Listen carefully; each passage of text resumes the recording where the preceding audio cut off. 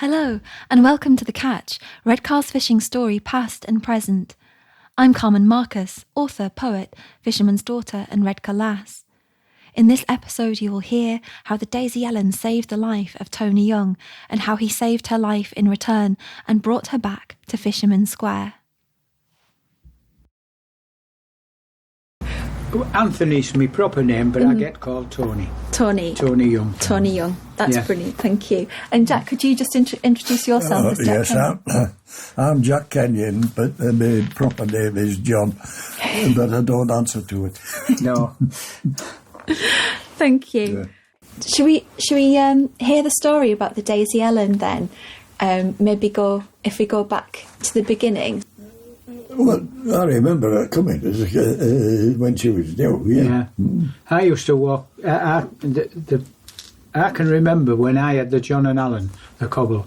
I used to walk past Daisy Ellen and look at it and think, I wish I was going to see in that, and then walk along to my own boat. I always used to think that. Right. And then I started doing when Jack wasn't very fit, and I started doing jobs for him. The gearbox, I think, it's over there. The engine, the original engine, it's going back in, and the gearbox, they had trouble with it, and I stripped that down, and I had to make parts for it because we couldn't buy them. They'd gone out of business. And I made the parts for it, and 20 odd years later when I took it to bits, the parts that I've made are still as good as, and they're still in there because I stripped it down obviously when I got it. Mm-hmm. But I must have had the boat longer than anybody now. Yeah, you will have done. Yeah. Just putting into all this, because I was thinking about when we towed it home from that very bad sea we're off in. Oh yeah, when we were salmoning. Yeah. Oh, tell me about that. Well, we got we were the sea was bad. It was a Saturday morning, wasn't it? Yeah. When was that? How many years ago? Hang on a minute. Well, I should be able to know because it was one of my off years, wasn't it? I was fishing that year when we got the salmon licence. Well, I still had the John and Alan because Mick Preston and Jed were going in the John and Alan. That's right. And me and you were going in Argonaut salmoning. Yeah. Well, hundreds of years ago. I don't... 70, it must have been about 75, wasn't it? Yeah. 75. Yeah, because we got the big boat, Wellspring, in 79, I think. 78, 79. I think we did. Well, say 76 then. Yeah. 76. We were off. And the was it the propeller shaft? That's what I was going to ask you. What broke? Cause I think it was the coupling onto the propeller shaft. The sea was very heavy, but if you got through the breakers and out you would catch the salmon, and there wasn't very many salmon at the time, was there? And so Jimmy and Marky, and was Ronnie with him? Yes, he was. Yes, he was. Are you sure? Didn't he launch him in and they went without him? I can't remember Rodney being there. Well, was it Mark who put the rudder on the bow? Because they put that on to try and it didn't work. It didn't work. There's fittings on, they're still there for putting a rudder on the bow for when they were coming ashore so they could try and steer it in. But it never worked. It was an idea that to come up with. And there was the Daisy Ellen, us in the Argonaut, and Christmas Rose. Yeah. Yeah, with John Price was off in the Christmas Rose. And Ray Preston was in. Yeah. And this... they set off home before us, didn't they? No. The Thompsons, they hauled up and came alongside us and said, we're going in. Because originally we said, Jimmy said, who was Commodore, who was Sunday, he said, we're not going to get back in. We'll have to go to Hartlepool. and the sea was very heavy, wasn't it? Yeah. And anyway, he came along. They came alongside us, and they had all their nets in, and they'd got 3 fish because they had deeper nets than us, didn't they? And all we had was little birds. We never had any fish. No. And anyway, the Thompsons came alongside us and they said, we'll stand by you while you haul your nets and then we'll go in. And we said, well, we're going to haul our nets in, but we're going to go to prices, so we'll stand by them. And they said, oh, we're not hanging about, we're getting in because it's bad. And they decided that we could go back to Redcar. I can see it now. When the Daisy Ellen was disappearing altogether in the swells, wasn't it? And there was just the mast sticking up. And then you'd see her right up on the top of the big... And anyway, I said, hey, it must be bad there because they're standing by, they're waiting for us, and they wouldn't have broken down. And the dry shaft on the propeller had snapped, and or the coupling had, and they were anchored. Anyway, we'd gone alongside Christmas Rose, and so they'd hauled. And they had fish as well, and so the pair of us set off in, and excuse me, we got alongside, and when we got near, we saw that the Daisy Ellen was anchored, and the anchor was fast on the bottom, wasn't it? And so there's all scatterings going on, and John Price in the Christmas Rose put a loop over the anchor rope of the Daisy Ellen and pulled it with a Christmas Rose and lifted the anchor pulled it up. out, yeah. And we, the Argonaut, had hold of the stern of the Daisy Ellen, and we towed them home, and I thought we were going to pull the back out of our boat. Yeah. But it was a bad day, that. I was trying to think, because she used to break the... an engine bracket, bolt. didn't it? Yeah, a bolt in it. Yeah, I mean, it was the same one all the time. Yeah. But anyway, I couldn't remember, and I was thinking the other day about it, after, thinking about the Daisy Ellen, about what had actually gone wrong with them, because, I mean, it was desperate stakes. It would have made a lifeboat job if we hadn't got them, wouldn't it? Yeah.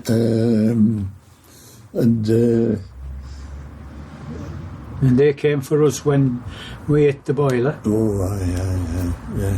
What happened then? With his boat, yeah.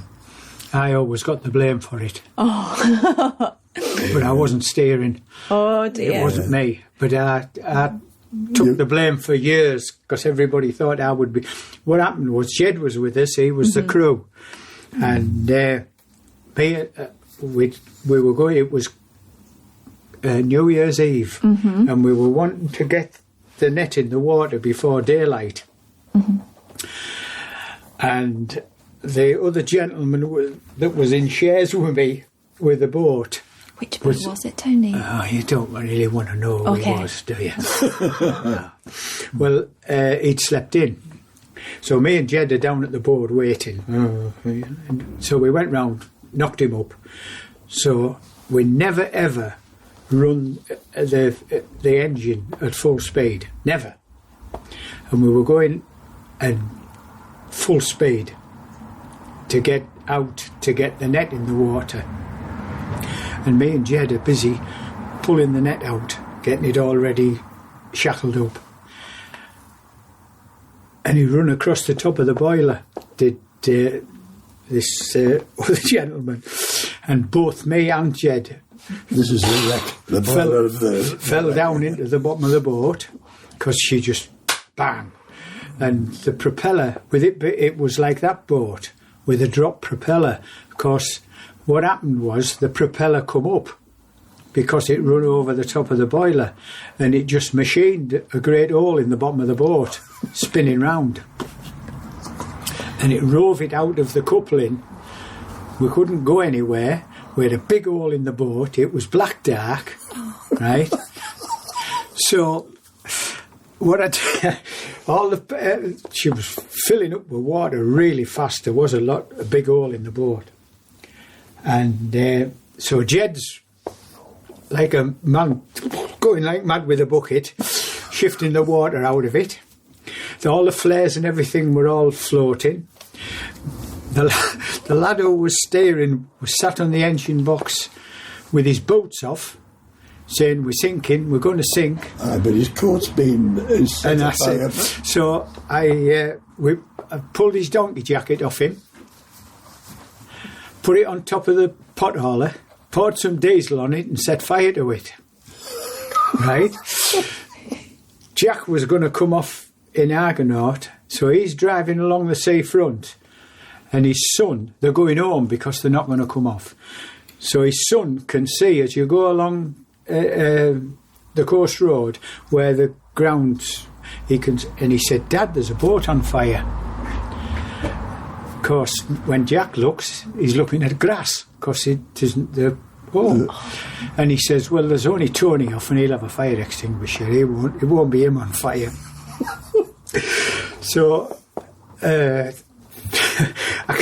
can remember Mick saying, "I think my gold watch is in that jacket." "It's too late now, mate, it's on fire."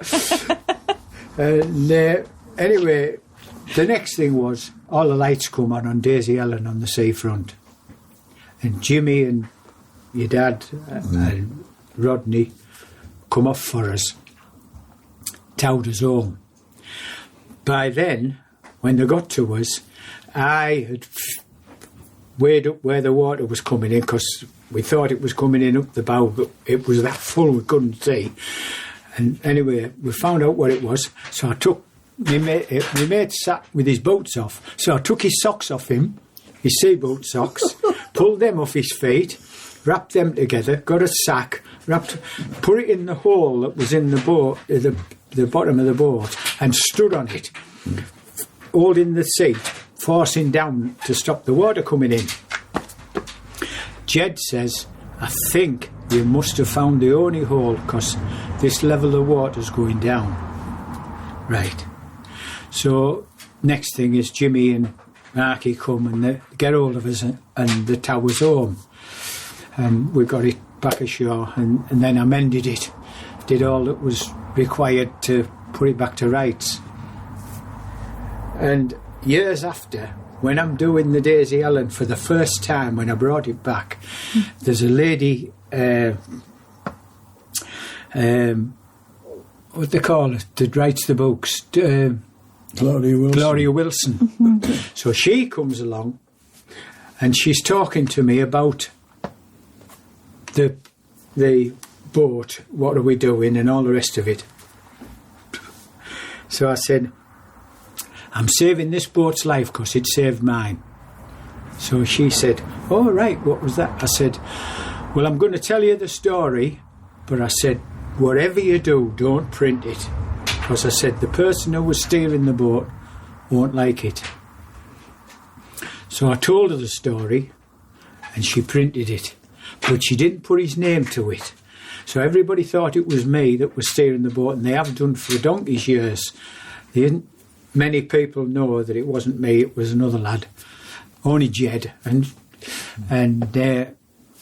that's it. That's the story. How that saved my life, and I saved its life when we got it back from the river.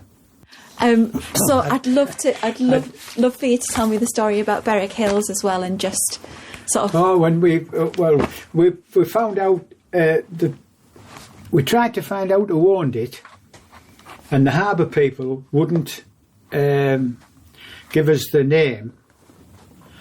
But they said if I give them my phone number, they would ring the people up. Because I knew it was paying Aberjoes, because it was in the river, right up Haverton Hill, where the shipyard is. And I knew they would have to pay Arbor Dues to be there, so they must have a record of who owns it and who pays. But they wouldn't let me have their name, but they said we'll ring them and find out if they'll get in touch with you. Anyway, an old lady, I could tell by her voice she was an old lady. She rung me up and told me that there was three or four people in shares with it, but she would speak to them and see if they would sell us it. Anyway, the chap agreed to meet us down at the boat, and that's when it was full of water, and he was going to start the engine up, and he was going to do all. So I said, just don't do anything, leave it, because I said if there's water in the engine and you stir it up, it'll ruin the engine. So I went to his house to pay him, and I offered him £750 for it, and he wouldn't accept it. But that's when we knocked on the door, he got hold of his young son. He said, go out there and stand near that man's car, and if anybody comes near it, come and tell us. But he had hold of his ear, pulling him out the house. Get out there and stand near that man's car. And Colin Barnes come with me. Yeah. I don't know whether that was the second time. When I spoke to him the first time, I offered him the money and he wouldn't take it. And then I thought, well, with it coming up Christmas, he might change his mind. Anyway, he didn't, and it got into the new year, and that was when I offered him £1,000 for it, and he said yes, and I went through, and that's when he chased the lad out to look while I give him the money. And I have all the documents, all the builder's report, all the surveys and everything up in me box upstairs where I keep all my papers. Did it look like they'd ever been fishing with her then, or did it look like they'd ever been fishing with Daisy Ellen then, or was she just left to rot? They hadn't been using it at up the river. It was in Hartlepool. Hartlepool he was fishing, wasn't it? It started in Hartlepool, and he got nipped by another boat, and he had to go at the boatyard. But they put a little short plank where it was down. They put a little short plank in the stern, and I've took it out and put a full one in.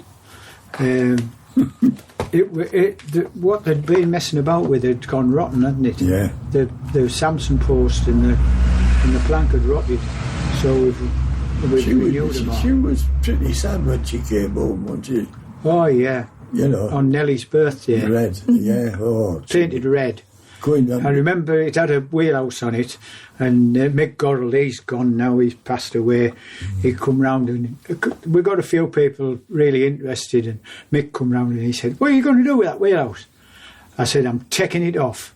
Right, he said, and he went away home. I come back the next day, and he'd got a chainsaw, and he'd just gone and fired it over the side. There was a big pile of a wheelhouse on Fisherman Square. He'd just ripped it off.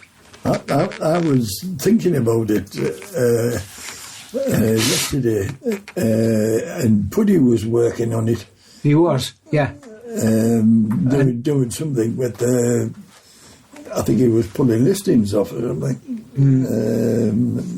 You know, because I didn't know him very well. Yeah. And that's right. Then Eric turned up, started talking, and he said, if he's staying here, I'm going, and Puddy cleared off, and he never ever come back to do any more. But there was quite a few people coming, you know, were interested, especially when we put the new gunnels on. When we were steaming the gunnels, they were coming round and giving us a pull with them. So were quite a few people happy to see her back and quite interested in... So, it was the cobble in Redcar. Yeah, without a doubt. It was the flagship of the Redcar. It's the best cobble that's ever been at Redcar. And when I told Kevin, who built it, when I told him that we'd seen it, he said, you'll have to go and buy it. And then, of course, the was the smoothest one I've ever been in. I mean, it's such smooth, it's untrue, isn't it? Yeah. You know. No, I mean, they were great characters, but all the fishing families were like that. I mean, they were like farming families. You know, I mean, farmers and fishermen get on well together. They do, and, you know, there's a respect sort of bred in them for each other. I suppose because life was entwined, they swapped fish for hens, eggs, and all this sort of thing throughout hundreds of years, and that. But Tony thought a lot of them, and so did I. I mean, it was seasonal for me because when we were fighting, we were deadly rivals. And then as soon as the fighting finished, we went back to being pals again. And my dad was doing the engines and things like that. But it was strange. But I mean, I think I was going to tell you a tale about when we were in the hub. About your dad got me with the Ferguson tractor and the big trailer, and it was full of sea coal, and it got sunk in the sand, and I knew it was going to sink in the sand, and I was annoyed because I had a light tractor and they had a big tractor, and anyway,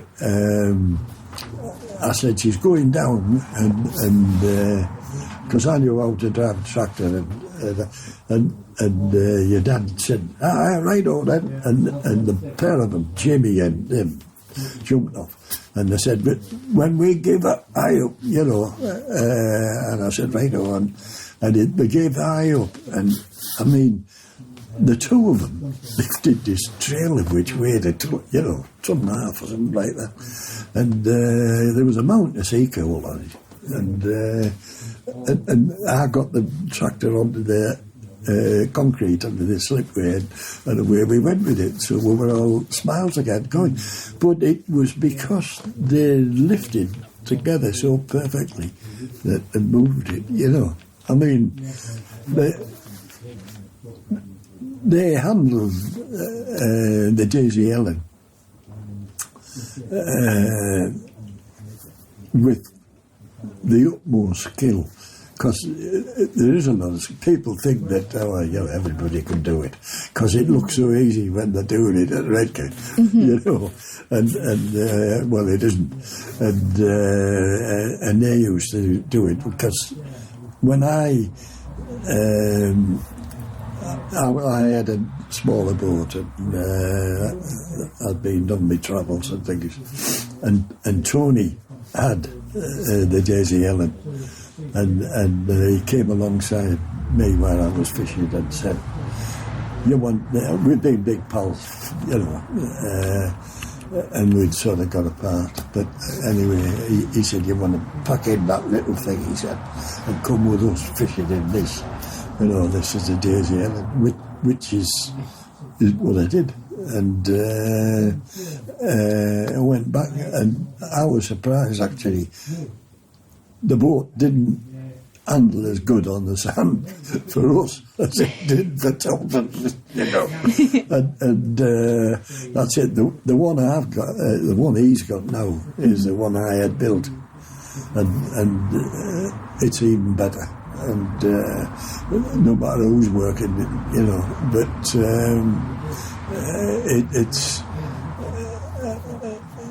It always comes out with Tony, the fact that one saved his life, you know, and you'll never part with it, you know. You can't after something like that, can you? Because it's more than just a boat. Oh dear, I mean they are more than a boat. Cobbles are different to ordinary boats. You know, there's something about a cobble. Boats have souls, and you know. But I mean, if you go in ordinary boats and then you go in a cobble, they're different entirely, and they all blokes go potty about boats. You know, Amble cobbles and Whitby cobbles, and I've had, you know, several of each, and they're entirely different boats, but they're still marvellous boats. What makes them so special then, Jack? One is their appearance, because they're totally different to anything else,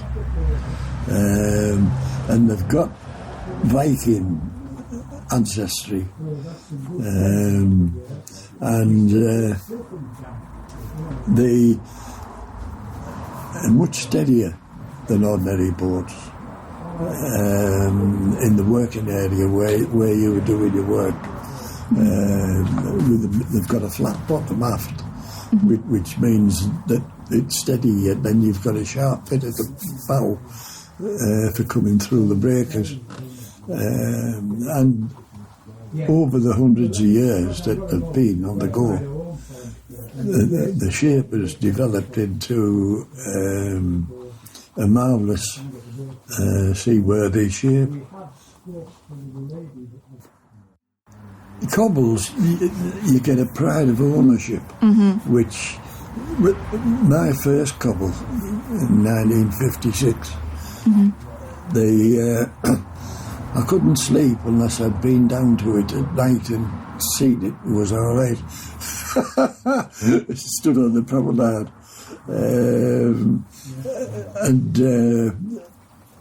and we'd had other fishing boats. The Kenyons had other fishing boats, and my Uncle Vincent was a fisherman, and my granddad, and the Kenyons, you know, but my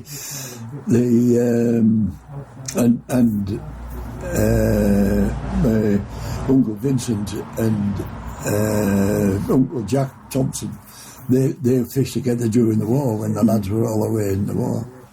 But I never felt about our fishing boats like I felt about the cobbles. And everybody's the same. All the fishing like that. Yeah. When was your first time on a cobble? The first time on a cobble was in 1948, which was the first motor cobble to come to Redcar after the war, called the Lillian.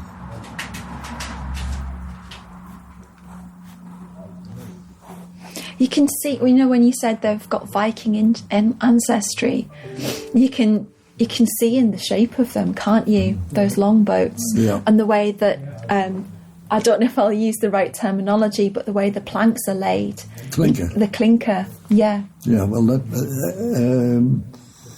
it's the how can you put it? It's a handier way of doing it.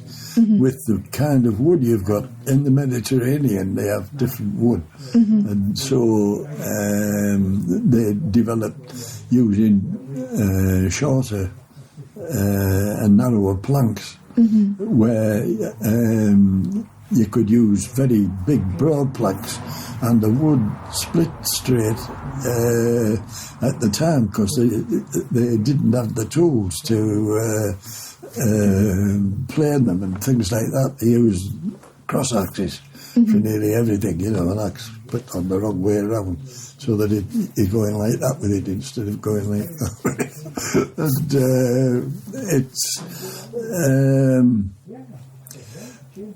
and you don't have to steam the planks as much as you do with boats with smaller planks. But there is a lot of things about the cobble which is Scandinavian. You know. What wood are they made from? Oak as a rule. Wainscot is the old word for it, isn't it? Yeah. And larch. I've got your stories of when you were on Desi Ellen. I've got the story of when you rescued her the first time. So all I need to ask you about now is the story of restoring her now, and what changes that you've made to the boat and why you've had to make those changes? Well, you've got your length for a start. Oh yeah, I've shortened it by 13 inches to bring it under 10 metres, so that if I want to buy a licence for it, which will cost about £20,000. And what does that entitle you to do, just that licence? To fish, you can land any fish you catch, and also then you've got to get a shellfish permit so you can work pots. And what will you be doing? Are you going to go after lobsters with her? We don't know. You don't know? I don't know what I'm going to do with it yet. You see, we've got, now it's under 10 metres. It's the same size as the one we're using. And I could transfer the licence if I wanted to, which is very unlikely, because I like Argonaut that much. I don't know. People ask, you see, there's that much goes on in my life that I just don't know. You're just too busy. I just don't know what I'm going to do. Well, as long as you take me and Kev out, that's fine. So what changes and alterations have you had to make to it this time? Because you said that the engine's great and you're going to put the old engine back in. Well, did you took when I got it back, and I haven't done anything to it when we lifted it out. You're going to put a new pot holder in, aren't you? Oh, we've took the. We searched around. It had no pot hauler in it, but it originally had a big island hauler in, and we spent a bit of time finding one because I put the family name back on it. Thank you. When I got it, and I put the pot hauler back in exactly this. I said to Jimmy I would put it back as it was when they had it. And that's what I did. And the pot hauler's over there in the corner. I've still got it. Wow. And but they're not easy to work compared to what we do now. So I've changed the pot hauler to a different one, and I've put instead of us like when your dad was going, he would have to when the pots come up, the rollers are over there. I've still got them all, and they would have to lean over the side and pull the pot in. Now, with all the modern ways of going on, we have an arm which pulls the pot right up, and you just get hold of it, and it does away with all the effort. That's why I can still do it at my age. Well, I was going to say, the amount of times Dad was sat on the chair with a hot water bottle at his back because his back was ruined. He's, a very strong man, but it ruins your when back. you've got to lean over the side and pick, because the roller, I don't know, they're over there somewhere. The roller is on the gunnel side, so that when the pot comes up, you've got to reach down and grab it. So now with these arms and how people have progressed, so I've put an arm on. Brilliant, fantastic. I think. I don't think there's anything else. No, we haven't changed anything. Only shortened. I'll still be putting the hydraulic pump that drove the pot hauler. I'll still be putting that back in. But the hauler head itself that we used to pull the ropes up with, I'm not putting that in. I don't know what I'm going to do with it though. It's over there, and it'll go to the new place because I don't want to part with it. Is it strange working on her again, or it's not quite the question I want to ask. Is it more the working on the boat than knowing what you want to do with the boat? I understand that. Same with Paul with that one. we've really enjoyed, because what I did when I decided that we were going to have to renew some planks and gunnels and stuff on Daisy Ellen, we went through to Lincolnshire and bought a tree. You come with us, didn't you? Mm. We had to get a 20-foot long tree cut up into the right planks that we wanted, and the man that owns the business, the actual wood yard was bigger than Warrenby. Massive place, wasn't it? Massive. And he said, I've got some what they call boat skin larch, which is larch that the trees that they get, that's got very few knots in it, and it was ideal for steaming and bending.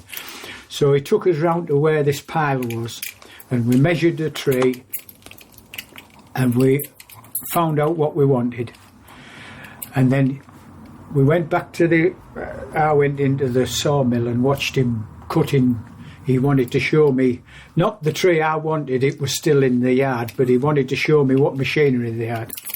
Then we went back to the office, and he said, he started asking us questions, didn't he? This old farmer type man. And he said, wanted me, he drew a circle. There's your tree. You tell me where you want a 2-inch plank, an inch plank, where you want them cutting, and then I will cut it to exactly what you want. So I'm doing it, and I said, but don't cut it until I ring you up and tell you, because when we get a tree, when it's freshly cut, it's easy to bend.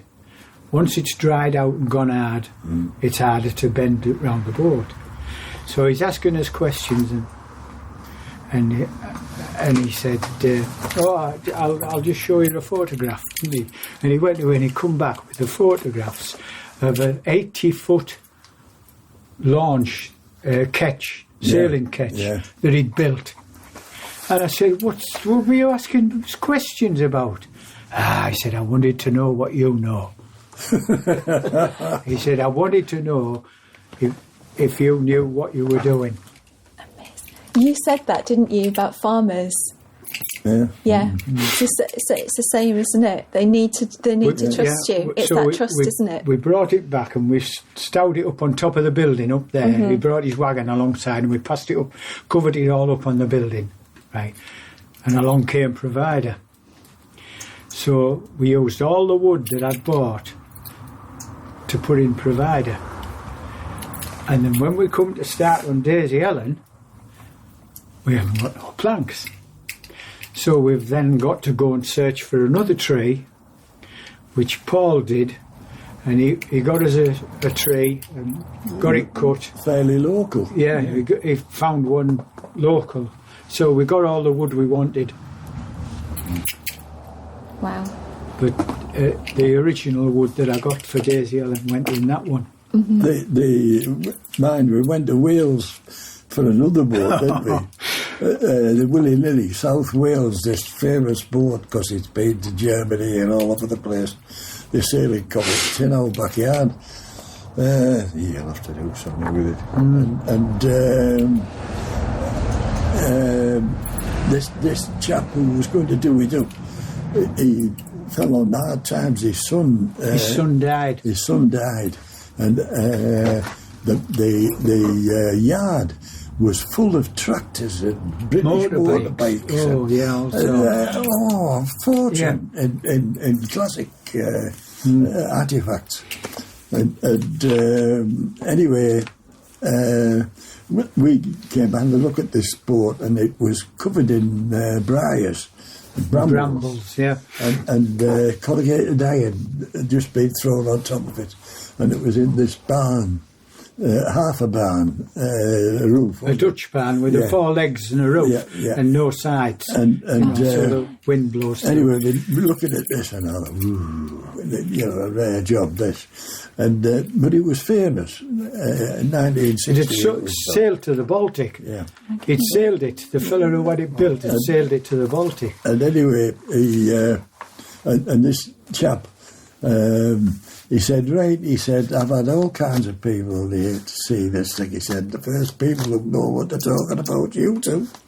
There was a run up to his house, the farmhouse, and there was a grassy bank, and it dropped down, and then this boat was just off down in this. And he said, you were the first two that have come off the top of that road. Loads of people have been just to say they've seen it because it's famous. And we actually went down and looked at it. And yeah, he was inside, up to his knees in loam. And I'm looking in, and you said, what do you think?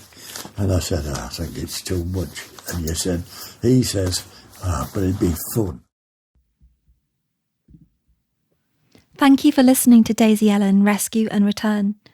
This episode was recorded at the boatyard in Warrenby, and you heard the voices of Jack Kenyon and Tony Young. If you enjoyed hearing the story of the Daisy Ellen, be sure to listen to Thinking About Boats, about more of Redcar's famous cobbles. This series of podcasts was created as part of the Catch Redcar to celebrate the story of a fishing town through image and sound. The project is a collaboration between me, Carmen Marcus, and Kev Howard, photographer, created on behalf of the Redcar Palace and supported by Arts Council Cultural Recovery Fund.